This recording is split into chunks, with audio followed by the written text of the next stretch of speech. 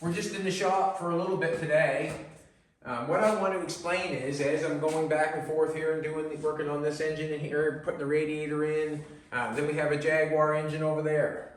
Well, this engine we bought from Doug. This is a brand new engine that Doug has rebuilt. Jolene can say that she has a brand new engine in it. It is the gold head engine, so they're saying it's a little more horsepower than the others. 1967. The radiator that we have found in the back dooryard and using come off a Jaguar 6-cylinder. We just found that out. It's funny that happened, but that's what it's from. It's from a Jaguar, this engine. There was a guy on the phone telling me how many liters of water it needed, and we got the exact radiator. So awesome. I like that. As Doug's working on this engine over here, this engine over here was bought from Jim, my Earth Angel, just because of the price of it. And I've never had a Jag engine before, and this was bought before Jolene had bought hers, I think, was it not? I think so. Yeah, so this was bought before Jolene had hers. Now, if it was my car, I probably would have, done what we're doing and thrown it in there. I would have. Whereas Jolene's car, she wants to know what she has, and she wants to see where the value is. And throwing an old engine in like that probably wouldn't show it the value that it should be. So that's why she has, bought Doug's engine. And that's sort of where the relationship where me and Doug have became friends. As Doug is working on this engine, a lot of things have happened to it. And just remind yourself, it's $200. And what's happened? I'm trying to bring it back to life so I can use it for something. I would use this for anything, if I can bring it back to life and make it work good. Doug took off the other day, and we did not have all the valves working again. There was the two end ones were still not coming up all the way. Probably the month before that, we took 3 spark plugs out, we welded them up and hauled out the spark plugs. We got them out. So we've done that. We've used the crown penetrant to do everything that's inside the engine, trying to see if it will work. And the reason I say crown is I'm trying to make a relationship with that company. So I want to know if it works, if you know what I'm saying. I do not want to support something that I don't feel that it don't work. So as I'm using it, I'm not promoting it. I'm just using it. So as I'm using it, I'm telling you what I'm doing with it, and so we're seeing what happens. That's exactly what I'm doing. I'm seeing what happens. So that's all I've used in this, I guess, is the crown penetrant and the crown products. Combustion chamber cleaner too, I think I used. As we're doing this, we did manage to get them free, but when Doug left the other day, there were still 2 that was not working on. The 2 end ones weren't coming up all the way. Talked to Doug on the phone. Doug said put a little bit of transmission fluid. And what's the other word, sweetheart? Acetone. Acetone. Mix a little bit up, throw it down to the cylinders. Well, I didn't have the acetone right at the moment. We went to town later on and got it. But what I did before I went to town is I took and put some transmission fluid down inside the spark plug holders, or spark plug holes. I put the spark plugs all back in, and I went over and crosswired and got it to turn over. And what has happened from that, it locked up, and it must have got, I don't know what you call that, when the chamber is full and it cannot release the pressure. Well, what has happened from that, you can see, I'll show you, turn the light on right now. It shoved that valve up where it should be. It did so. It actually did something that I wanted it to do. I wanted that valve to come up. So having this valve right here was not coming up all the way. So that means it would have had no compression. So the valve was staying down. And when it came up, it had no compression. This one was doing the exact same thing. The 4 in the center, I think, were really good, but the 2 on the end we had a problem with. And them were the ones we banged with the air hammer and bring them back up. But they did not come all the way back up. They were still losing air. But as I put the transmission fluid in the holes, put the spark plugs in it, the transmission fluid must have took, what I don't know the distance, not sure what happened, must have took the distance that was, you know, not allowing the valve to shut and made a seal for it, but that valve is shut because there's transmission fluid laying there. Can you see the transmission fluid laying there on the face of the valve? You can see the red stuff. You can see the transmission fluid laying right there. Put my finger on. It has closed that valve. It's put pressure on that valve, that cylinder full of transmission fluid. When I turned it over, it shut and it closed that valve. This one here now is working. So what I'm thinking, this is what I'm thinking. You know, I'm not like, I would never say that I'm a mechanic, that's for sure. But as I'm learning, I'm thinking that all them valves have come free. All the ones that I should put that light back on there again. All the ones that are closed are holding transmission fluid. That one's closed, holding transmission fluid, and that one's closed, holding transmission fluid. But as I go along, that is help. I think that the engine will come back to life. I really do. And it would have not locked up if it didn't have compression. It would have not locked up, I don't think. So I'm very happy about that. I haven't told Doug yet the news, but I will.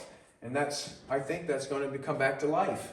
What can I say? Very happy with it. I can use that for something. We'll carry on with it. We'll try to get the carburetors. Doug did all the carburetors, cleaned them all up, made them look nice. Then we'll go back on. We'll try to get it running. We'll put a new oil pan on it. And that can be something for a build, you know, instead of me going out and spending, well, $5, $4, $6, $8, whatever $1,000 you want to spend. It's $200 in time. I mean, let's face it, there's time in that. There's time in other things, but I'm going to pay back Doug with my time. That's what I'm going to do. So I'm thinking that we've got a pretty good start on the engine, and I'm very happy with it. So what I'm going to do is I'm just trying to clean up a little bit. Me and Jolene are going to run to a town nearby, and there's a sign that I think I want to look at. Yes, there's a sign I want to look at. I want to we wrote this down in the board. We probably should have been doing it all along. It's just sometimes we're overwhelmed with things. There's a lot going on. But you can see right here, Rob, 3D puzzle. That's cool. Just a little piece of, it's some paper, and it's a Bugatti. And yeah, it's a pretty delicate little thing. It's pretty cool. And James giving me some Sharpies. He knows I'm not that sharp. So he gave me some Sharpies. Thanks, James. And we will do the picture for you, no problem at all. And Dave Mammer's got an old car he drug out of the woods. You know, I just looked at the pictures, and I already see pieces off it that I would use. I like the back window, the dual window in the back. I really like that section. It's a sought after piece if you need a back window for something. That looks really nice, that split window in the back. But there's pieces all over the car that you can use. And then Benny's the one who donated the steering wheel. And he also gives me drawings of everything that he thinks of that he would do. I'm so happy for you, Benny. I'm keeping you busy, buddy. I like it. You know what I mean? If nothing else, I am keeping you busy with brain thoughts, which you send back to me, and I have a brain thought too. And that's what keeps people busy and happy and not thinking about the stupid stuff. You know what I'm saying? Idle hands is the devil's broth. So I'm just kind of moving this out. I want to get this ready to pick the engine up. I think I will before. I heard there's a couple comments on the page, and also Doug kept saying, "Get your hand off the torque wrench." I will maybe torque them without putting my hand on without the extension. I think I should torque it without the extension. I agree with that guy. So I might do that before we do anything. But right now, I really feel like we have saved that engine. And without the will and the want and the hoping, somebody could have, if you're working on your project and this would have cost you a bunch of money, you may have stopped, Don't do that. Keep on rocking and rolling, I don't let money stop you from doing what you want, if you know what I'm trying to say. All you have to do is accept something else to take its place to make you happy. And when the whole project is done, then you can be happy. But if you're stopping because you think it needs that exactly, don't do that. bend a little bit, and accept something else and keep going forward. That's basically what it takes to, that's basically what it takes to build a hot rod for me. I have to bend, I have to be able to bend at any time and accept. And actually that makes you grow as a person, you know, when you're able to bend and accept and be able to customize twice as fast or get a project done twice as fast. Just because you think it needs an LS, maybe it doesn't. Maybe you can just go with something else and make it look like an LS, you know. Whatever, that's just kind of in the way I'm thinking. But right now, that's what I'm doing. I'm just gonna try to pick that up. Yesterday, me and Jolene went and looked at a 56 Ford. Wow, I just like it. It's not that it's in that great a shape, but it's in nice enough shape that it's right on where I like. There's quarter panels need to be fixed, and there's other things that need to be fixed, but it's got that look. It's black. It's 56. It's got the big stainless on it. It's not a Crown, and it's just a two-door hardtop with a nice looking roof on it. And I don't think I would do much to it, you know, other than try to fix the interior on it, patch up the rust, and then try to make it a driver, you know. But it's really got my brain going. I'm going to have to put my brain in gear, and I'm going to have to figure out how I'm going to get that.